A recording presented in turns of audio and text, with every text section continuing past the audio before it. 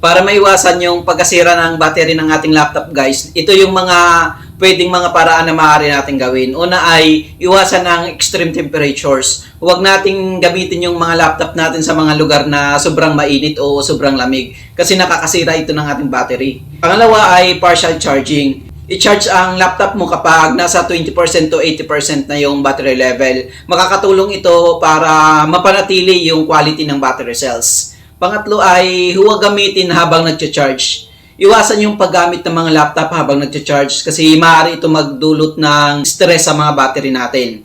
Ikaapat ay proper storage. Kung hindi gagamitin ang mga laptop na matagal guys, iwan ito na may 50% na battery level sa isang malamig na lugar. Ikalima ay regular use. Kung hindi gagamitin ang laptop ng ilang linggo, gamitin ito kahit saglit lang para mapanatili yung paggalaw ng mga internal components. Ika-anim ay i-update yung mga software.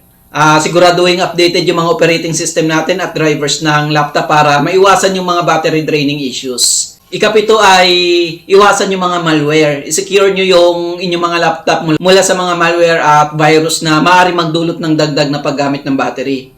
Ikawalo ay i-disconnect yung mga hindi kailangang peripherals. Kapag hindi ginagamit, tanggalin yung mga hindi kailangang devices tulad ng mga external drives o USB devices. Ikasyam ay balance power settings. Sa mga settings ng laptop ay piliin yung mga balance sa power setting para ma-optimize yung performance at battery consumption. Ikasampu ay regularly clean.